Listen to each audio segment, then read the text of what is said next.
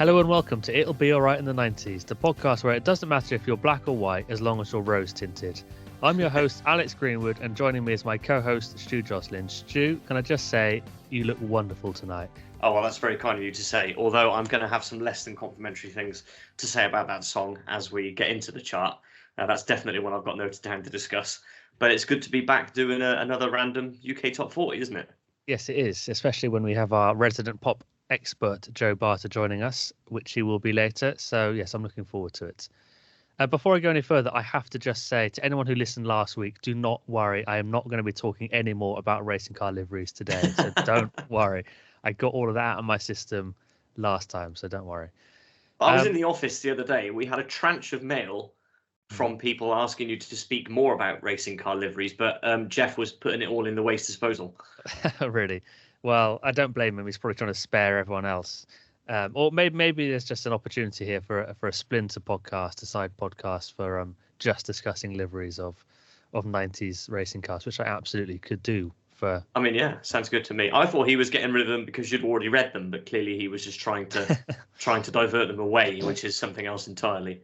But yeah, I'd definitely be up for speaking about the total sponsored Peugeot 406 from 1995 in great detail. Yeah, absolutely. I could do a whole episode just on the Marlboro liveries of the 90s. A word from today's sponsor, which is Happy Shopper Stores. So head down to your local branch and quote the code ALLRIGHT90s to get 10% off their entire food range, including tinned goods, dry consumables, and sweets. So head down there today and make the most of this offer from Happy Shopper. Offer excludes toiletries and pharmacy items. I'll be heading down there to get some pick and mix. I used to love a Happy Shopper pick and mix back in the 90s. So yeah, I'll definitely be taking advantage of that deal. Thanks very much to those guys for helping us out. Do we have anything on the bulletin board, Stu? Any updates?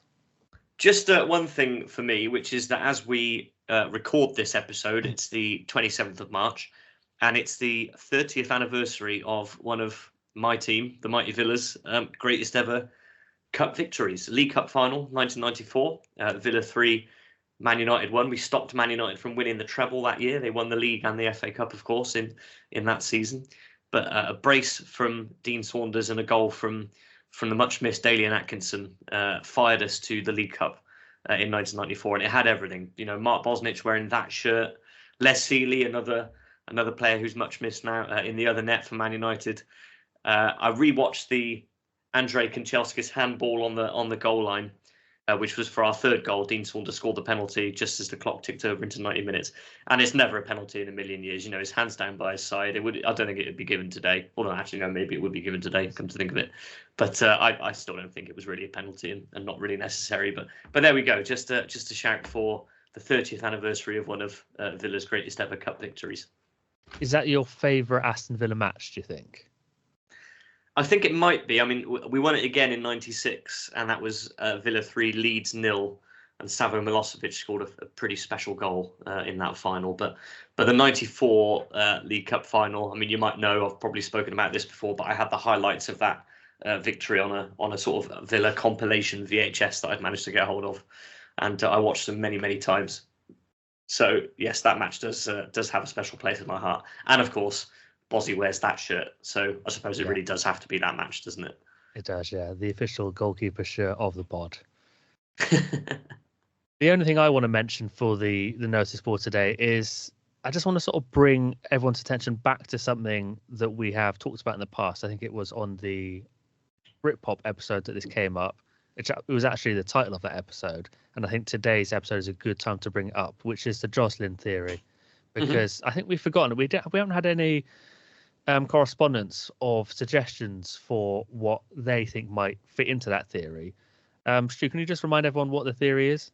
So this is a pet theory that I've sort of husbanded over the years, which is that a band or artist's most well-known song and most played song is quite often one of their worst. So case in point, Wonderwall by Oasis, Dakota by Stereophonics, Living on a Prayer by Bon Jovi, although that's not 90s. Then again, neither is Dakota. But you get the idea about the Jocelyn theory that a band's most well-known song quite often is one that you wouldn't actually put that high on a playlist if you were making it up. Yeah, it's a good theory. I don't think we need to worry too much if the band isn't from the 90s or the song's not from the 90s. Of course, you get bonus points for suggesting someone who is. I'm just interested in any suggestions that listeners have, and maybe some will come up in today's discussion of this top 40. We'll see. Time now for what's the most 90s, and it's a who's the most 90s this week. As Alex, I ask you, who is the most 90s track and field athlete? This was a bit of a toughie, I think, because there were loads to choose from in my mind. It's probably the only period of athletics that I've ever had any interest in. I can't claim to have any interest or knowledge of the sport these days, but in the 90s I was definitely into it quite a lot. But one name rose quite quickly to the surface, and it is, of course, the pride of Namibia, Frankie Fredericks, who was ever present, I would say, in the key athletic events of the 90s, including both the 90s Olympics in Barcelona in 92 and Atlanta in 96. He was, I would say, very much the almost man of track and field in the 90s. He won silver in the 100 meters and the 200 meters in both Barcelona and Atlanta, which is pretty crazy. I mean, to come so close in all four of those events. In Atlanta, he was beaten by 2 world records. That's what it took to beat him into silver. One from Donovan Bailey in the 100 meters and Michael Johnson in the 200 meters, of course. And then in Barcelona, he came second in, I think this was in the 100 meters, he came second by a 6,000th of a second. So there he was right on it as well. I think that was maybe behind Liver Christie. So basically, he was just, he was always there or thereabouts. And he just always seemed to be in the background of all these sort of big events in the 90s. And he started competing in 1990, retired in 2004. So really, very much a 90s career there. And he was just someone that was always there in the background. I always really liked him. I always supported him. I wanted him to win because it never seemed like he could quite get there. And that's why I chose him. But I mean, there were so many to choose from. I'm sure you're going to come up with some stuff now, but I won't go through the list now. But who did you pick from what I think is a rather large pool? I mean, Frankie Fredericks is a great shout, and it's one of my great pleasures of all competitions like the Olympics and the Commonwealth Games and World Athletics Championships to see the best from every country competing and seeing the different vests and the different flags and things like that. That's the sort of thing I enjoy. So he was always one that stood out in that Namibian jersey for sure. But I've gone for a homegrown athlete, and I've gone for somebody who's held the world record in their event for close to 30 years now. I've gone for Jonathan Edwards, the greatest triple jumper of all time. Mm-hmm.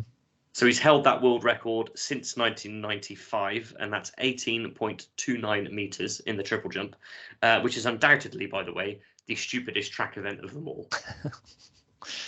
Would you agree with that?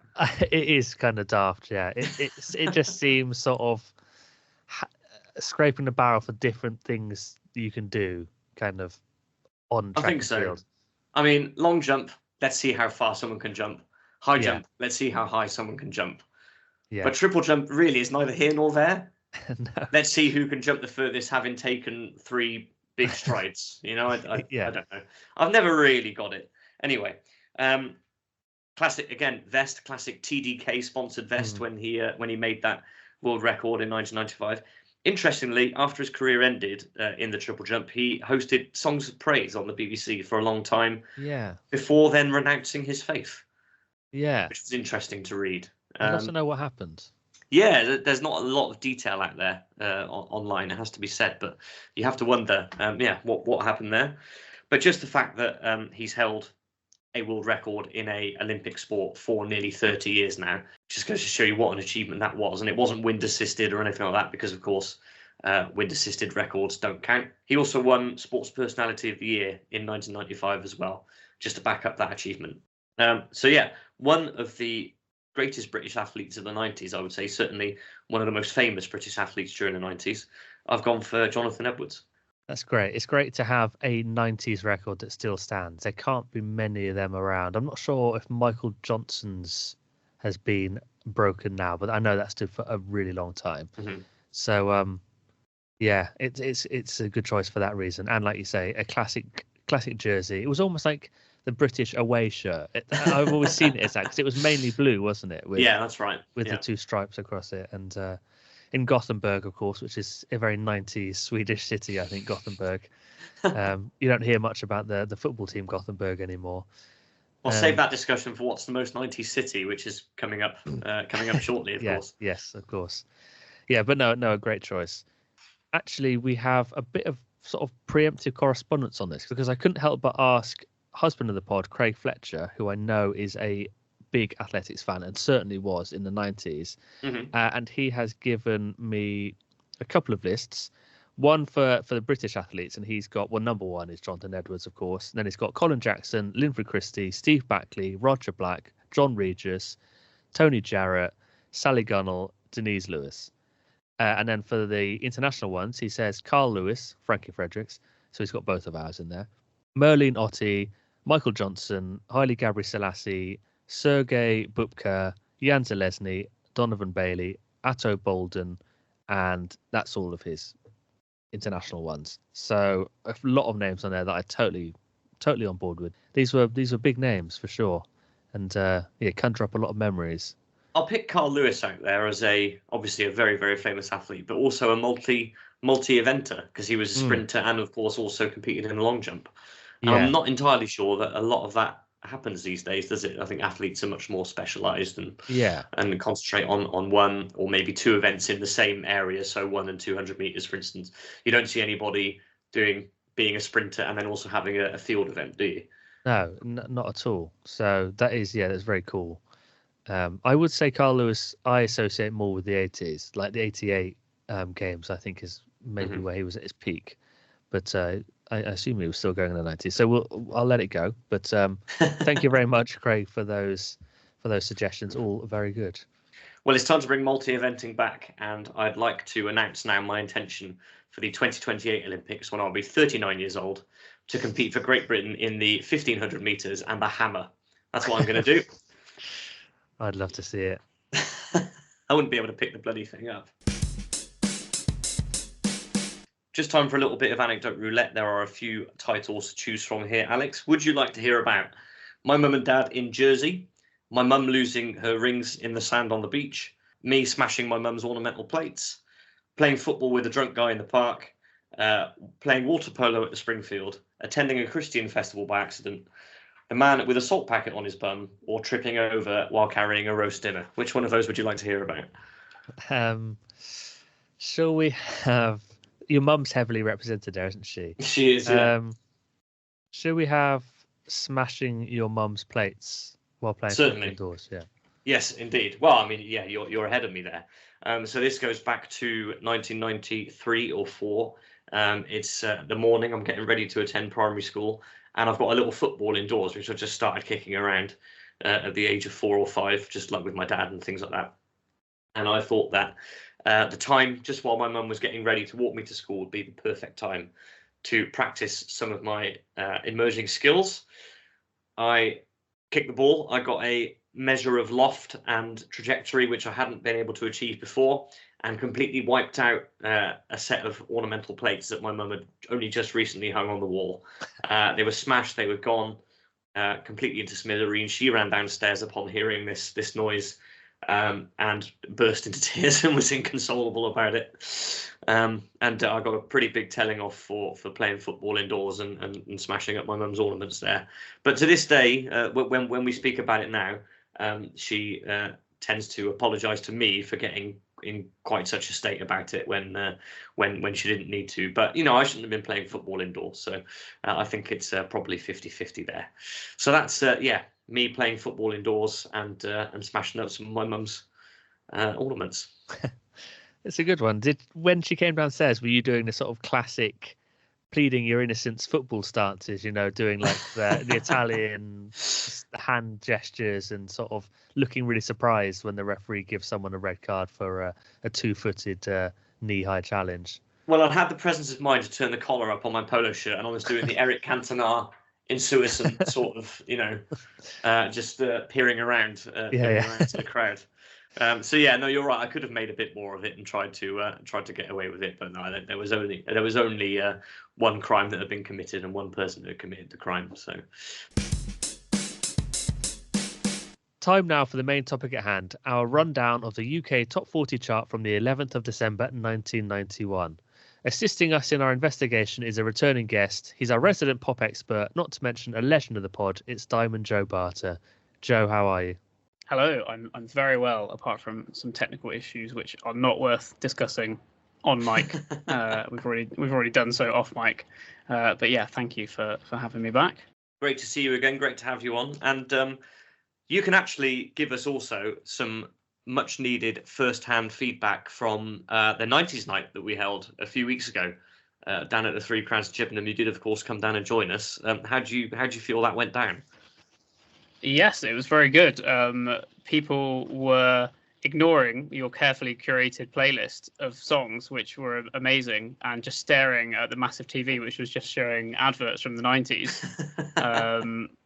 Much to your dismay, I think. Everyone was dazzled by the light that was emanating from, I don't know, some Lurpak ads or something. Yeah, how did it go for you guys? Well, thank you, mate. No, we appreciate that. Coming from our resident pop expert, that means a lot. We thought it went very well, although you're right. The adverts, maybe after about half an hour, 45 minutes, we did realise that maybe the adverts were becoming the focal point, and perhaps we could have put something different on the screen, which would have put the focus on the music. But there you go. You live and learn. Next time we do it, maybe we'll put something else up there. Maybe some classic 90s music videos. You could VJ instead of DJ. Oh, nice, yeah. Californication by the Chili Peppers, of course. That'd be, no, perfect. The fumes are getting to him. I should say, Stu is dizzy and somewhat out of sorts because he's sitting in a room that's recently been repainted by himself very well, I should say. And the fumes have gone to his head, and he doesn't quite know what he's saying. Yeah, there's an uncapped bottle of white spirit on the windowsill, which isn't helping matters either. But I'll battle on. You know me, the show must go on. Dizzy is an appropriate term as well for a little taster of what's coming. Yes, very good. So yes, we are going to be talking about this chart from the lead up to Christmas in 1991. And I think we should start, as we usually do, Stu, with a rundown of the first 10 tracks from the 40, so number 40 to 31. Would you be okay going through that for everyone?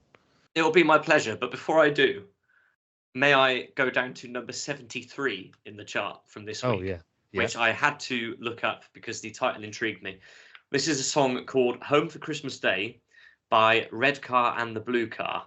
Now, when I say that, the name of that artist, what does that mean to you? Milky Way. Milky Way, correct. This was a Christmas single released by the Red Car and the Blue Car from the Milky Way advert. Really? Yeah, it was. It peaked at number 73. It was in the charts for 1 week. So there's not a lot of information out there about it, but it definitely needs looking up when there's more time. But I just wanted to mention that because I saw that hanging around there down in the lower reaches of the top 75, and I just thought it needed a mention. So back up to the job at hand and the top 40. So in at number 40 is the Yodeling Song by Frank Ifield and the Backroom Boys. At 39 is the 1991 version of It's the End of the World as We Know It by R.E.M. And number 38 is another 1991 re-release, Rhythm is a Mystery by K-Class. 37, Everybody Move by Kathy Dennis. 36, Running Out of Time by Digital Orgasm, the were misses. Number 35, a live version of Wonderful Tonight by Eric Clapton. Number 34, A Hazy Shade of Winter and Silent Night by Simon and Garfunkel. Number 33, When a Man Loves a Woman by Michael Bolton. Number 32, How Can I Keep From Singing by Enya. And in at number 31 is Cover from the Sky by Deacon Blue. So that's your first 10 in this top 40 rundown. Early thoughts? Well, for me, the Yodeling Song is quite a striking song to find in the top 40 of the UK charts. Having listened to it for this episode, it's a sort of song you listen to once because you have to, and then that's it. I don't know if maybe you're fans of yodeling. How do you feel about it? Certainly not, but I did look this one up because, again, the title intrigued me. So this was a remix of a song called She Taught Me How to Yodel by Frank Ifield, who had a number of hits in the 60s. This was his first top 40 hit since 1964. So he's had to wait almost 30 years for another top 40 hit there. And this really fits in, and I think we're going to see a little more of this as we move up into the top 30 and beyond. This fad that there seemed to be in the early 90s for putting out a dance remix of absolutely anything at all. Yeah. And this seems to fit in with this very well indeed. It's an obscure song from 30 years before, which has got yodeling in it, and presumably was popular in 1964 or thereabouts, and has been dug up and remixed. I mean, good for Frank Ifield getting another top 40 hit there to add to his collection.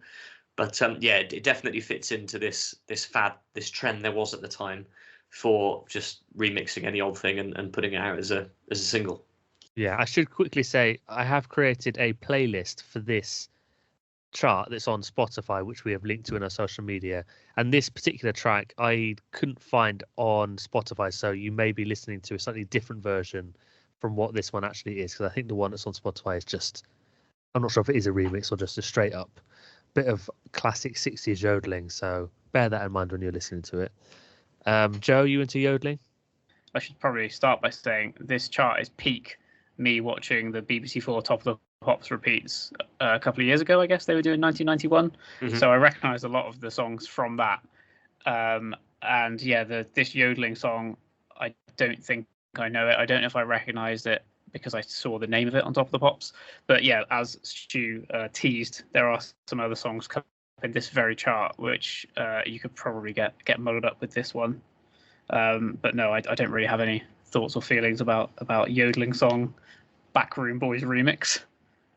I know that you're a big K-Class fan, though, Joe, in at number 38.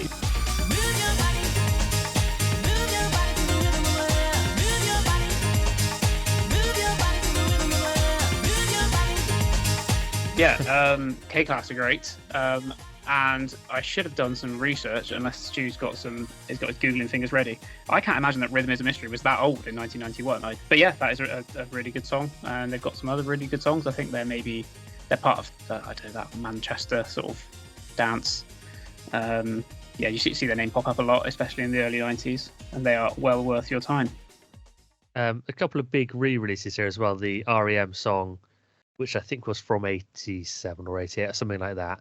And the Simon and Garfunkel song, I don't know quite why that's been re-released. I suppose Christmassy sort of period, isn't it? So it fits in with that. But both songs I quite like. I like both as artists. It doesn't feel quite right discussing them in depth in a 90s podcast because they're not 90s songs. But of all the re-releases in this chart, then they're the two that I'm most happy with, I'd say.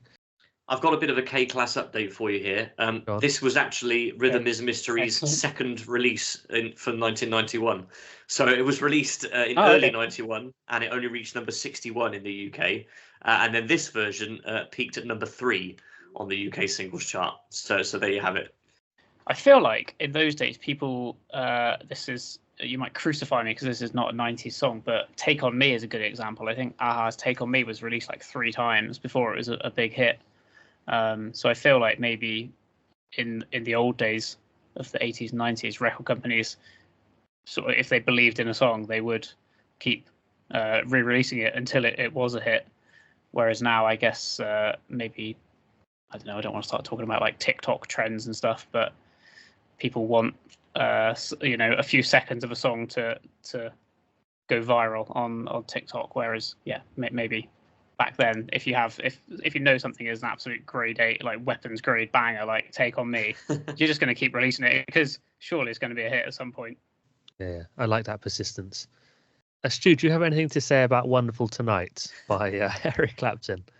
I do, but lest we skip over Digital Orgasms Running Out of Time, which is not an artist that I'm familiar with, but is surely the best artist name on this chart, so one I'll have to go back to. Can I have permission to speak frankly here? Oh, of course, always. I think Wonderful Tonight is one of the worst songs ever recorded. Go on. I think it's terrible. I've always disliked it. This might come from my uncle Colin, who had a similar dislike of the song and made me promise when I formed my first band that I would never play it live. A promise which I'm ashamed to say I did break on one occasion when I was playing in a function band. But it is a song that I've always disliked intensely. and very, very sad to see it on this chart. It has to be said. Yeah, it's bad. It's a stain on the British culture. This song. Wow, strong words. You know, this is the highest it ever charted. Apparently, the actual recorded version, the studio version, wasn't like nowhere near the top 40. So weirdly, that this one was the highest it got to. I think it was, and this was only 30. I think the peak it got to in 91. So it seems like you're not the only one who wasn't that fond of it, Stu. This might be from. I'm fairly sure Eric Clapton did an MTV Unplugged, or something like that. Some sort of unplugged album, maybe not MTV, but some sort of unplugged thing. But it doesn't make it any better in my eyes. Joe, do you have any thoughts on Stu's huge statement? I don't think I've ever heard Stu be so passionate about anything, so that's great. I don't really have any. Eric Clapton is quite a gap in my musical knowledge. Did he do something racist? Yeah, he did. Not a very nice, not a very nice bloke. Yeah, it's probably not worth. Yeah, we won't go into that in too much detail on a 90s podcast, but so yeah, that's the space he occupies in my mind. It's like, is he that guy that did something racist a long time ago? So maybe that's why I haven't explored his oeuvre too much. You've also, I mean, I feel like we probably shouldn't spend this much time on every song, but you also skipped over Kathy Dennis. This is not a Kathy song I'm familiar with, but she's pretty great as well. So shout out to her. Definitely. There's a couple of other things in here as well. 32 and 33. So Enya is a very late 80s, early 90s kind of artist. I think my mum had an Enya album on cassette tape. That would definitely be the sort of thing she would have been listening to at that time. And also, of course, the mullet himself, Michael Bolton, in at number 33.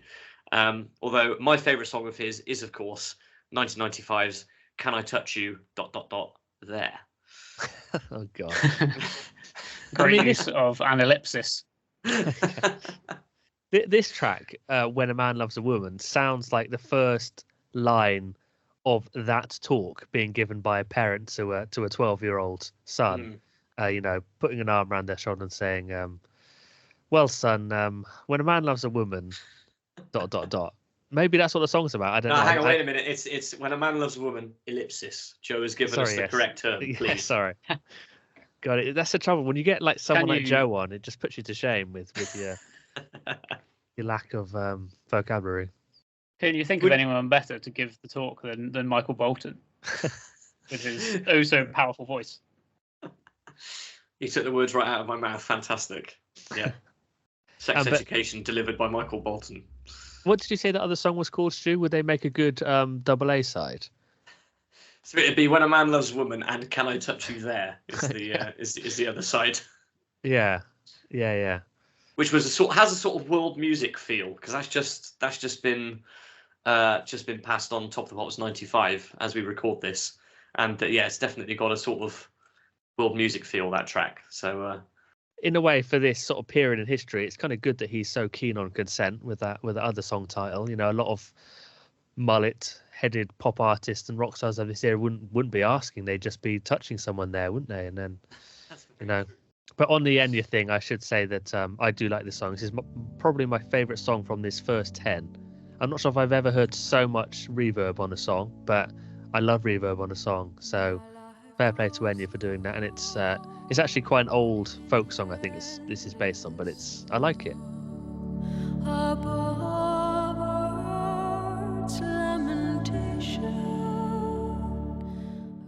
Go on then, Alex. Let's have the next 10 and we'll see what we've got to pick out in there. So at number 30, it's Is There Anybody Out There by the Bassheads. At 29, it's Kenny Thomas with Tender Love. At 28, it's Shades of Rhythm with Ecstasy. At 27, it's Queen and The Show Must Go On. 26 is Diamonds and Pearls by Prince and New Power Generation. 25 is the Joseph Mega remix by Jason Donovan. Goodness sake. I mean, this is what I'm talking about. Sorry, carry on. 24 is The Way of the World by Tina Turner. 23 is Martika's Kitchen by Martika. 22 is Playing with Knives by Bizarre Inc. And at 21, it's Too Unlimited with Get Ready for This. Stu, you seem to have some visceral reactions to that. What's going on? Well, it's the Joseph Mega remix in at number 25, which is something I did actually look into. And this is a mega mix of tracks recorded by the cast of the musical Joseph and his amazing Technicolor Dreamcoat, which of course would have been very, very popular at this time. And this is actually something, apparently, according to my parents, I was very fond of, or at least I was fond of that song. What's the main song from it? Any Dream Will Do? Is that what it's called? Yeah. So I was very fond of that when I was very young. But this is another yet another remix in this chart, which seemed notable. And of course, the musical was a huge success as well. Joe, a couple of Prince entries in here. First of all, of course, Diamonds and Pearls by the man himself. But then higher in the chart, 3 places higher, is Martika's Kitchen, which of course is another Prince production. Yeah, and written by Prince. Well, I was going to say, if we're picking a favourite from each 10, I think Martika is the far and away the leader for me. It's like a classic sort of Prince sound. That's definitely something that I don't know if I'd heard of it until the Top of the Pops repeats came along. And yeah, it's a song that I've listened to a lot since those repeats a few years ago. It's really good. So that would be my pick of these 10. And yeah, I'd probably put the Jason Donovan Joseph Mega remix in the lower reaches of that top 10.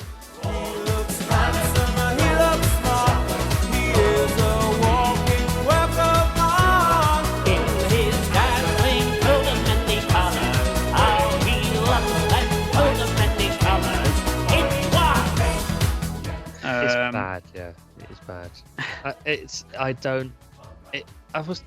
Firstly, actually, I should say, Stu, I think you've triggered a memory in me in that I think I also quite liked it when I was younger, and that triggered another memory, which was I think we used to sing this at primary school in assembly. So it must have been, I guess, because it's a sort of musical hit. You can do it with a chorus, and I remember, yeah, that's just brought that back for the first time that we used to sing that, and I think I did quite like it. But now I just think, looking back, it's just funny that people used to buy those singles, like as adults would buy that trash. I don't think with people with their own money would buy this stuff. Yeah, but it's very 90s, I think, to buy crap like that. That it's just, I mean, the songs are fine, I guess, but the music underneath, unless I was listening to a different version, it seemed to be quite hard to find the exact version of this song from the chart. But it just like cheap Casio keyboard production underneath, and yeah, just no thanks. That was a stronger reaction to my reaction against Wonderful Tonight, I think. If we're talking strong reactions, then that was stronger. Didn't know there'd be so much hate tonight. We're normally a very Christmas easygoing show. Yeah. This chart's really got under our skin. Part of my anger for this song came from rereading the overview of the story of Joseph and the Technicolor Dreamcoat, and yeah, how much I didn't like Joseph. Like this is from Wikipedia. So the story follows Joseph's father Jacob. He has 12 sons, one of whom is Joseph, and Jacob favors Joseph over his other sons, and he gives Joseph a multicolored coat to show his affection for him. And then the brothers' jealousy is compounded by Joseph's dreams, which suggest that he is destined to rule over them. Of course you chuck him down the well. And this is bad parenting as well from this Jacob guy who's clearly favouring one son over the others, which is everyone knows you don't do. That's parenting 101. You don't favour one child over the others. And he's giving him big gifts, ostentatious coats when he's not giving anything to the others. And then he's having this dream where he's, I'm getting carried away. I shouldn't have gone down this tangent, but I think maybe that's clouding my feelings about the song, just my dislike of this family. It's been a very, very high emotion podcast so far. This is definitely something that doesn't normally happen. Yeah. No, I'd say that I think Alex needs to save that for like a sort of open mic comedy night. I think that there's some good stuff there. I think that's going to be a good bit. Yeah. Yeah. Thank you. No, I think that's well worth exploring further. Right. Thoughts on The Show Must Go On by Queen? Where does this stand in the Queen oeuvre? In terms of Queen's 90s output, no, this isn't one that ranks very highly for me.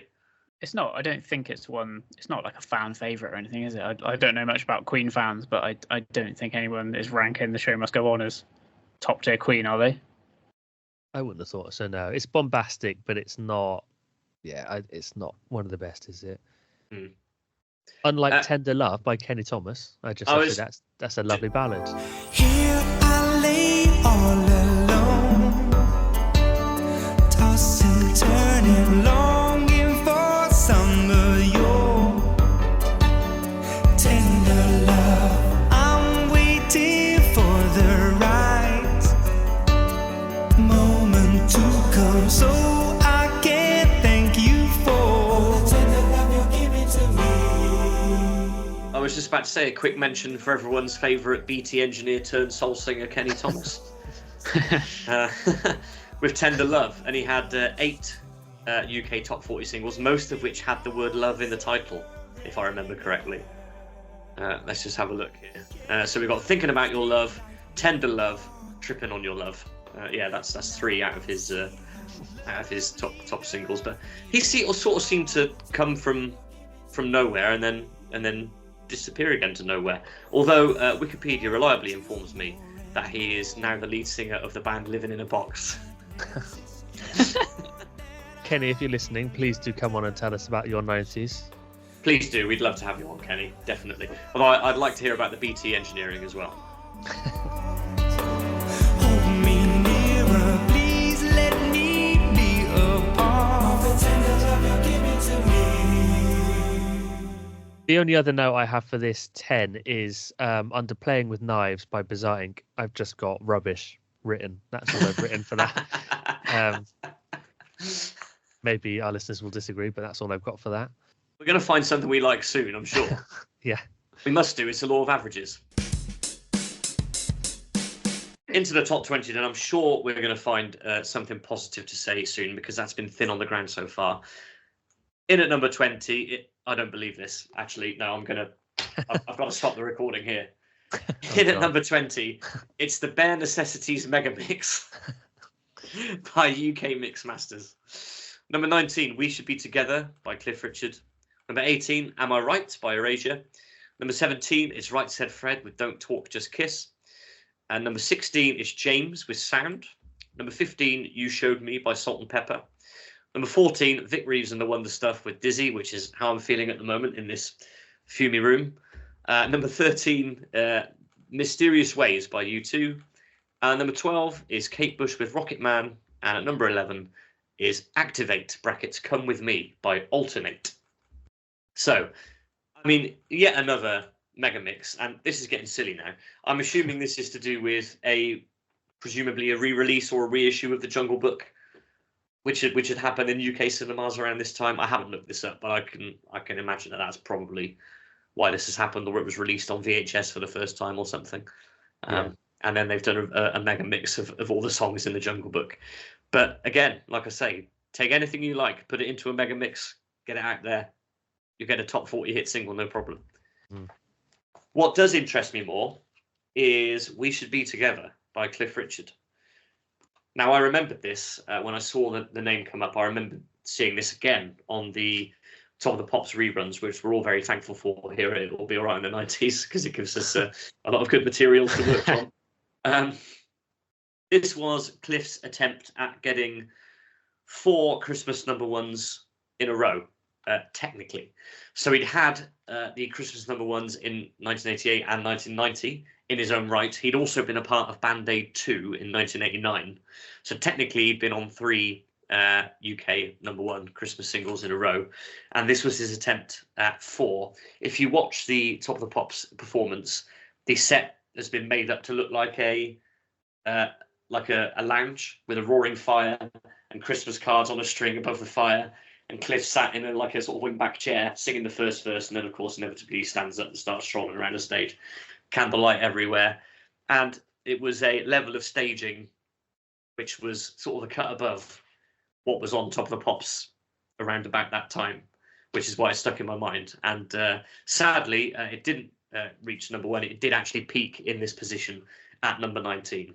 But I'm a bit sad for Cliff that it didn't get any higher, because it is a nice little Christmas song. But it wasn't going to be 4 in a row for him, unfortunately. Yes, Cliff Richard is not someone I was, cheering for the 4 in a row myself. But I think me and Stu have slightly differing feelings on Cliff Richard and his Christmas output, but that's part of the reason why we work so well together as a co-presenting duo. We do indeed. I've got a big soft spot for Cliff, and that it probably does come from because he was number one on my birthday. You know, when I was born. Probably does emanate from that really. But no, I've got a soft spot for Cliff.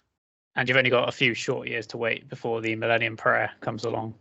Of course, yes, indeed. A track that remained unused on the subs bench on 90s night. I couldn't find the right place to drop it in, unfortunately.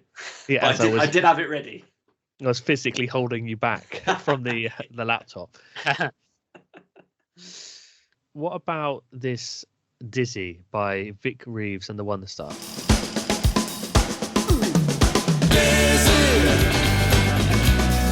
I'm so dizzy, my head is spinning like a whirlpool, it never ends. And it's you, girl, making it spin. You're making me dizzy. What I don't understand what's happened here. Why is Vic Reeves singing? What? This was a big song, wasn't it? It peaked at number one. This is a former number one. It did indeed. Yeah, it peaked at number one. I know that Vic Reeves himself had an album around that time called I Will Cure You, which I had a CD copy of at one time. And it probably came out of, I mean, this has got to be around a big night out time on Channel 4, hasn't it, Joe? Yeah, I think it's on that album. I don't know if that's just his stuff. Yeah, I think he just, I guess, wanted to be like a kind of all-round kind of 70s style entertainer and just do a bit of everything. So TV presenting, comedy, pop music, and he ended up being famous for multiple things, including this, which is, I think this is a cover of a 60s song. It is, yeah. And probably one of the standout tracks in this 10. I feel like there were some good Top of the Pops performances. I think it might have been you, Stu, telling me to watch. They had a load of washing machines, I guess, because of the "My Head Is Spinning" line on the Top of the Pops set. And I think in the rehearsal there were cameras in some of the washing machines. So Vic or Jim would go to inside the washing machines and pull faces. But then when it came to the actual recording, someone forgot to put the cameras in. So I think that Vic spends a lot of time opening washing machine doors, looking for a camera, which is not.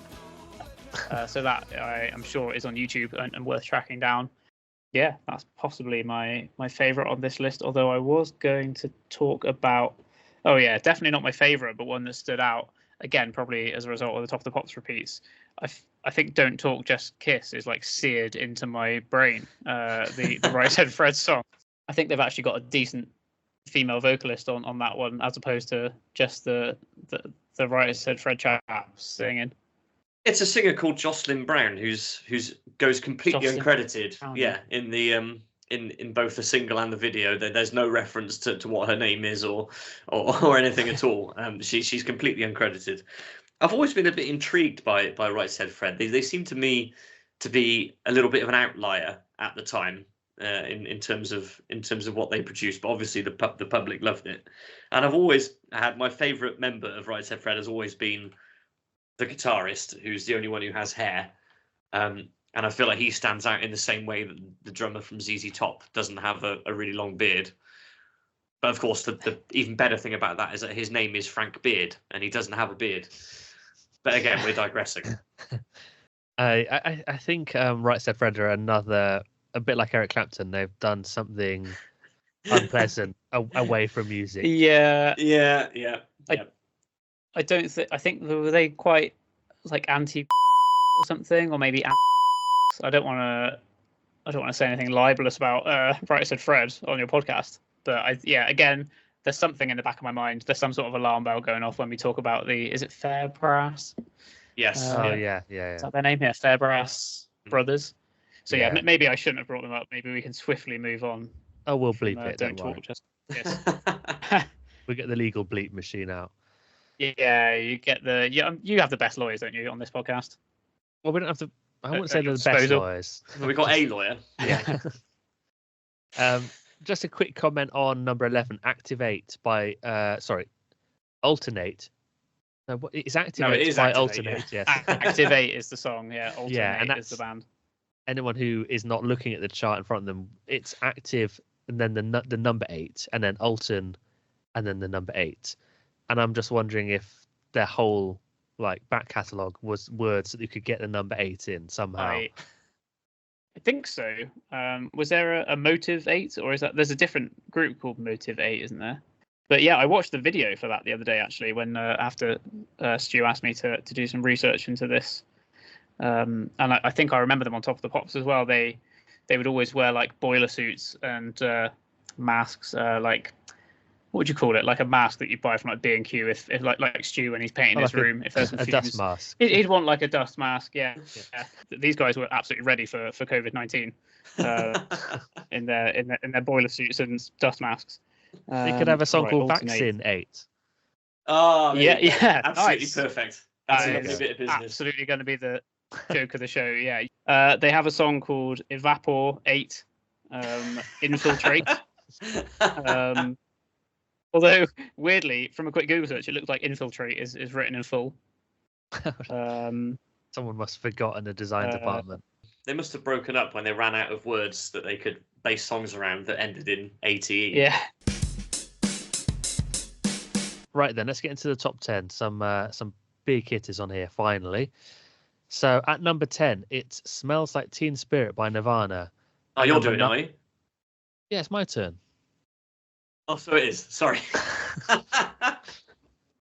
The power gets Stu's head. Yeah. The paint fumes really are kicking in. Good man. I'm struggling big time. Right. At number 9, let's start again. At number 10, It Smells Like Teen Spirit. Or number 10, It Smells Like White Spirit for Stu. At number 9, it's If You Go Away by New Kids on the Block. At number 8, Stars by Simply Red. At number 7, Too Blind to See It by Kim Sims. Number 6 is Brian May with Driven by You. Number 5 is Ride Like the Wind by East Side Beat. At number 4, it's Black or White by Michael Jackson. Number 3 is Justified and Ancient featuring Tammy Wynette by the KLF. And number 2 is When You Tell Me That You Love Me by Diana Ross. And at number 1, it's Don't Let the Sun Go Down on Me by George Michael and Elton John. Finally, some good songs.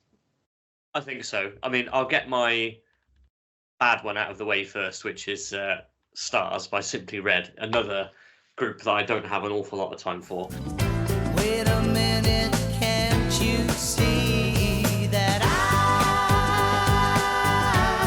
wanna fall from the stars straight into your arms? I mean, again, we're talking in real time on Top of the Pops 95. Fairground. I mean, utter dross.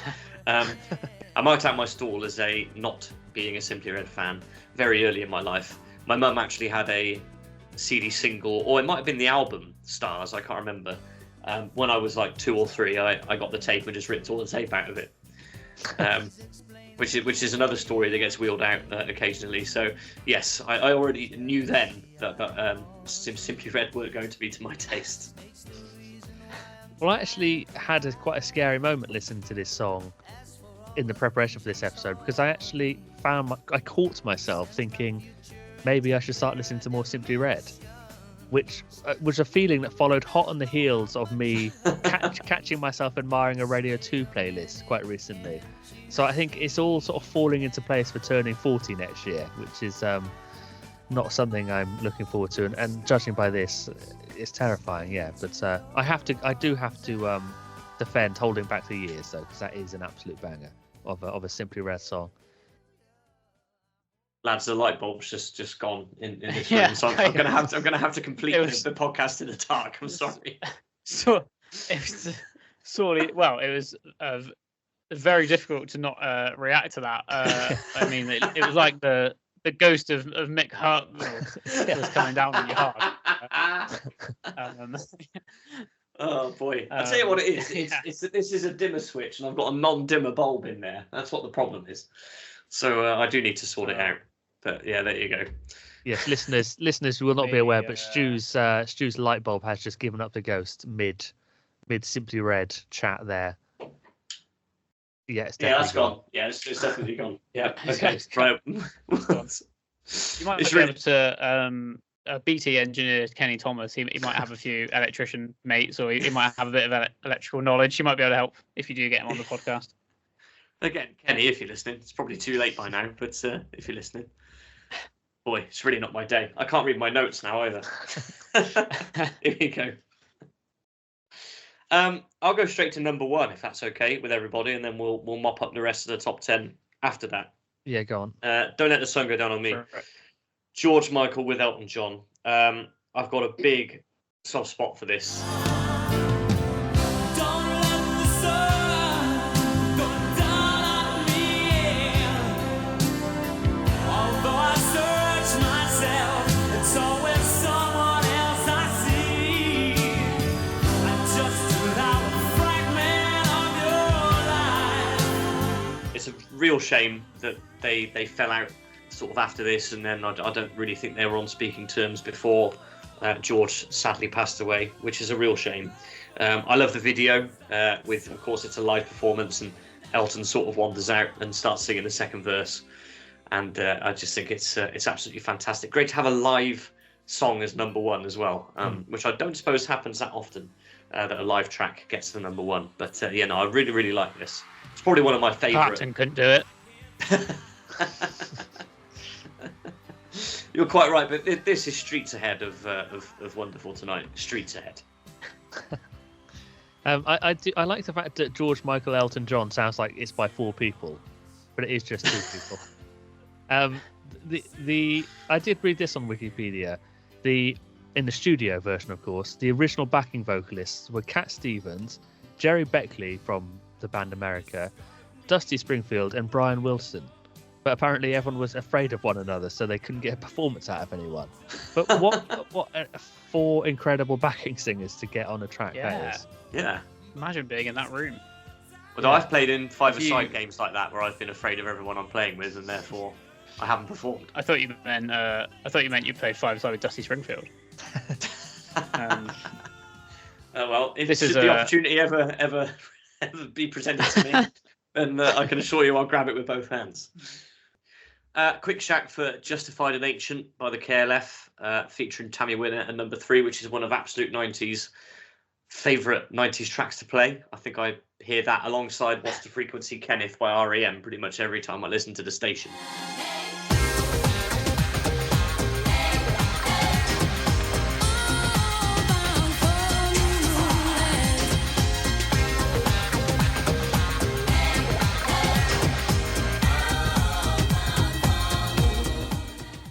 Would this have been around the time, now Joe, correct me if I'm wrong, Bill Drummond from the KLF, they performed at the Brits. He opened fire on the crowd. He was like firing blanks into the crowd, and then they left a dead sheep outside the after party. Or have I misremembered that? No, you're absolutely right. So the story of the KLF is amazing. Possibly my favourite sort of story of a band from beginning to end in the history of pop music. So yeah, they had a few like trance singles, I think, in the late 80s. They've only got about 5 songs, so they just released like different versions of the same sort of 3 to 5 songs. But 1991 is the year that I think they sort of exploded, and they released kind of like pop versions. I think they called it Stadium House, and there was maybe 3 or 4 singles, all massive hits. So 3 AM Eternal, Last Train to Transcentral, What Time Is Love, maybe. And then I guess this was maybe their bid for Christmas number 1. And yeah, it is great, Justified and Ancient with Tammy Wynette. I think they performed it on Top of the Pops dressed as giant ice cream cones, so that's worth looking out for. All of their Top of the Pops performances are great. And then yeah, I think the Brits 92, so I guess that would have been like February 92, is when they announced their exit from the music industry by, I think they played 3 AM Eternal, but with a band called Extreme Noise Terror. They played like a sort of death metal version that no one was expecting. So that's worth listening to. Yeah, I think Bill fired a machine gun of blanks into the audience, and I think there was a dead sheep somewhere at the after party with a note pinned to it that said something like the KLF have left the music industry, and that was how they announced their retirement. Yeah, it's well worth digging, delving into the history of the KLF. They are the best to ever do it, I reckon. And let's not forget the burning of the £1 million, of course, as well. Yeah, I think that might have been afterwards. I guess that was they moved into the art world and burned £1 million. This was not a song I knew, actually, this Justified and Ancient, despite Stu, you saying it had been played a lot. I don't think I'd ever heard it before, but yeah, I really liked it. It was definitely, I think it was my favourite discovered song from this whole top 40, because it's a massive tune, yeah. Anything to say about Black or White and number 4, Michael Jackson?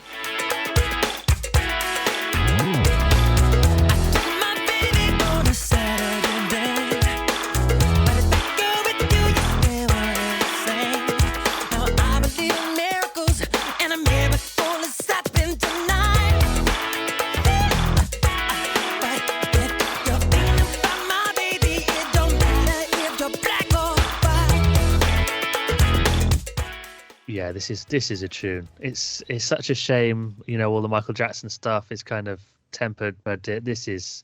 I've been listening to this basically in rotation since starting this episode's preparation. So yeah, it's a great guitar riff and quite an iconic video with him on the Statue of Liberty and the morphing faces bit and all the dancing around the world, and Bart Simpson, of course, at the end, which I'd forgotten.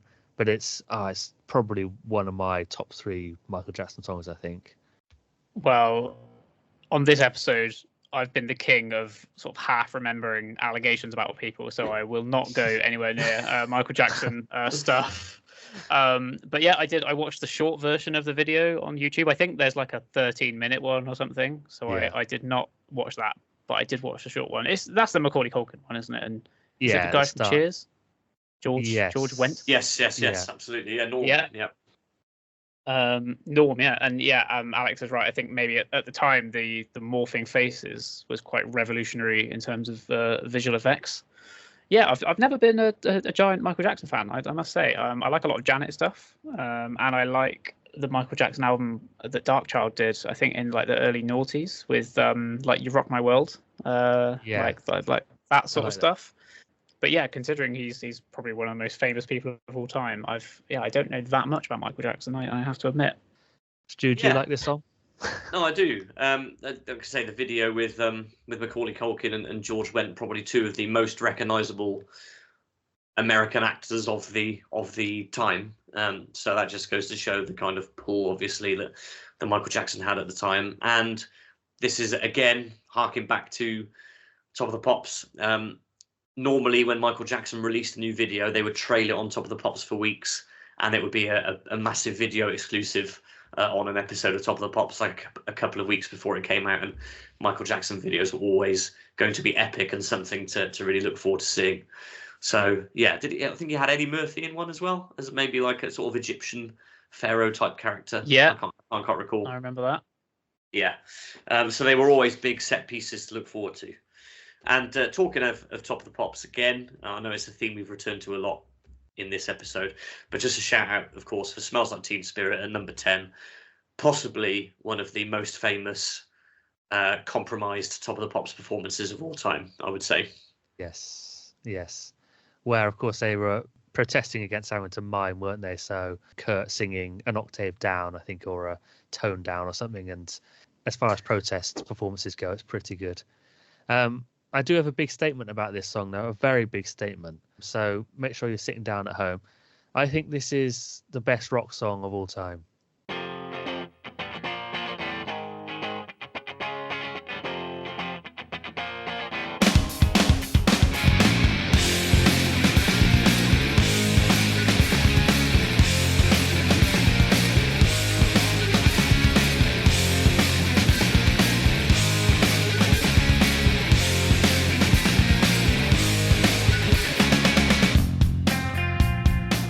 It's not my favourite, but I think this is the best rock song of all time. It just does everything you want a rock song to do. It's so concise and efficient, and it's catchy, but also feels like it's sort of rough around the edges, feels a bit like it was recorded in one take. Also feels like Kurt really means it when he's singing it, despite it being really quite a pop structure. And I just think every bit of the song goes where you want it to go. You know, the Quiet Loud thing, which obviously was a huge template for so many rock bands after this and also a little bit before it. And I know Kurt himself didn't think it was that great, and he just said he was ripping off the Pixies, but I mean, come on. It's great. I love it. I never really get bored of it, despite it being so overplayed.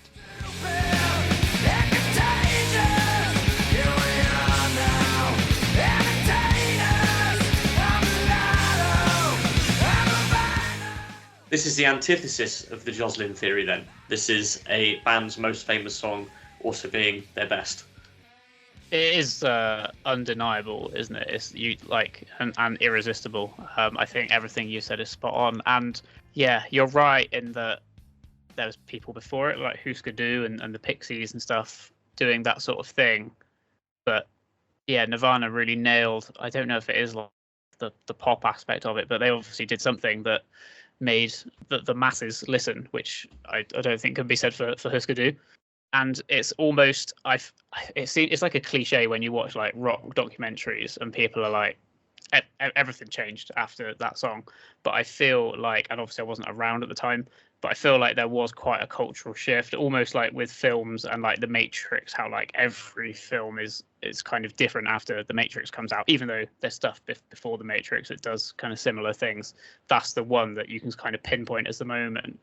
I think you can say that about Smells Like Teen Spirit as well, that even though I think I maybe discussed with Stu at the time, people always say like everything changed after Nirvana, but when you watch the Top of the Pops repeats, there's still some kind of like naff hair metal and I don't know, bands like Extreme and stuff. I may have even said this on your podcast before. So like it wasn't like an overnight change, but I feel like something did shift with the release or with the success of Smells Like Teen Spirit and the Nevermind album. Have you ever looked at the albums that came out on that day? It's some day in like September 1991. Like loads of really famous like classic albums all came out the same day. I think maybe 10 by Pearl Jam, Trompe Le Monde by the Pixies. Did Blood Sugar Sex Magic come out on that day? Is that one of those? Yeah, I think so. Yeah, that's cool. We could do an episode on that one day. I'm surprised Stu hasn't mentioned the Brian May Ford advert, but I don't really have anything to say about it. I haven't mentioned it because I didn't know it was an advert song. So we're saying that this is in the chart. This is in the top 10 because it was used on a Ford advert. Is that correct? I thought you told me that. Yeah, I think so. Did I really? Quickly get on Wikipedia. Was it a Ford Orion? I'd love it if it was a Ford Orion. I think it's an advert for Ford. Yes, it was used by Ford in adverts for the whole of the Ford range. Ah, okay. Oh, that kind of trivia is like absolutely made for you. I'd say that's right up your street. Yes, true. You've let yourself down there. I have. The advert included World Rally Championship footage of the Ford Sierra Sapphire Cosworth rally car. Oh, nice. And it was then also used in an edited version for the launch of the Ford Escort RS Cosworth. Blimey, yeah. No, I've completely missed this, and yeah, I've let myself down. I'll resign with immediate effect. I reckon you've got a whole episode's worth of material you can get out of Brian May's Ford campaign. I think so. Every time you come on this podcast, Joe, I end up having to resign about something. Before we finally wrap up this top 40 then, do you both want to choose your favourite one or two songs from the chart, the ones you'll take away for your desert island? Stu, what about you? Well, if we overlook Digital Orgasms track, I think the two I would have to take, I can't really look past number one. Don't Let the Sun Go Down on Me, I think is really, really good. And also I'll have to go for Dizzy as well. Good old Vic Reeves and the Wonder Stuff. Those are the two I would take from this chart. Nice. Joe? Probably Justified and Ancient. And you make a really good case for Smells Like Teen Spirit, but I imagine you might be taking that. So yeah, I'll take that. And Stu said Dizzy, so I'll leave that. Maybe Bartika's Kitchen. Yeah, that's my two. Nice. Yes, I'll take Smells Like Teen Spirit then, and I'll also take Black or White by Michael Jackson. My favourite discovered song is Justified and Ancient, but you've already got that. And I should also just shout out Mark from Glasgow, postmeister of the pod, who is a big fan of Justified and Ancient. So let's say this episode is dedicated to you, Mark, and that song in particular. You can have that on your desert island. So I think that's about us done for this top 40 then. It's not bad. It started off a little bit it was a bit negative, wasn't it, at the start, but then we came good in the end, I think. Yeah, I think so. We started off with a few of the mega mixes that we were talking about and stuff in the lower reaches that we weren't too sure about. But then as you accelerate up into the top 20, particularly, things start to improve, and then you end up, of course, with a really good number one and an all-time classic rock song in the top 10 as well. So yeah, not too bad at all. Well, Joe, thank you so much for joining us again. I don't know how many times you've been on the pod now, but you're always excellent value, and your knowledge is always really valued. So thank you so much for coming on. Oh, thank you for having me. As always, it's always a great time to be. Always a good night if I'm on a Skype with you guys. So yeah, thanks. And I look forward to our Mega Mix special that we'll record soon. Yeah, we'll get you on for or that. Maybe you could do a Mega Mix of all the different episodes I've been on. We could get like is Jive Bunny still knocking around? I think Jive Bunny could put something together. We'll get him out of retirement. Yeah. Do you want to come on the Brian May episode as well? The Driven by You deep dive. Yeah. I mean, the extent of my Brian May Ford campaign knowledge, I've already given you. But yeah, I'll try and get some more material together. Thanks again to Joe for coming on and lending us his expertise on the pop music of the 90s, and in particular this chart from December 1991. It was a lot of fun. And if you have any thoughts on this chart, please do let us know in the usual places on Linktree, which is linktr.ee/allright90s podcast. Of course, the link is below, so just go and click on that and it'll be easier for you to find us. And as I mentioned earlier in the pod, we do have a playlist on Spotify for this chart, so you can go and listen along, or in preparation maybe for this pod, or afterwards, or whenever you want, actually, because it's there forever now.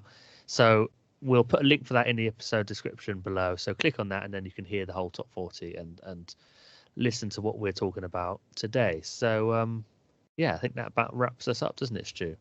It does. It's been another great episode. Speaking about another great chart, always lovely to have Joe on. And looking forward to the next time that we crank up random.org and find another one. But we're not too sure what we're doing next time out, are we? In true pod fashion. No, we're not.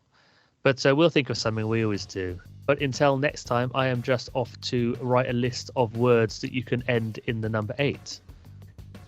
And it's goodbye from me. I am just off to have a lie down in a darkened room, which is actually what I've been doing for the past 45 minutes, but I really do actually need to go and lie down.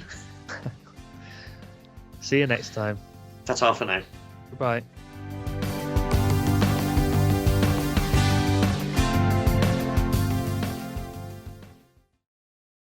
I've just got a quick caution-based joke following on from what you just said there, Joe, about Dusty Springfield playing five-a-side. Is that I have played on a Dusty Springfield myself a few times, but that's only for the Caution-mites. Trust me, I mean, most of our listeners don't live in Caution, but let me tell you, that is good stuff. That is good stuff. There's I'd say upwards of 4 or 5 people that are going to absolutely. That's going to kill that joke to a very small audience.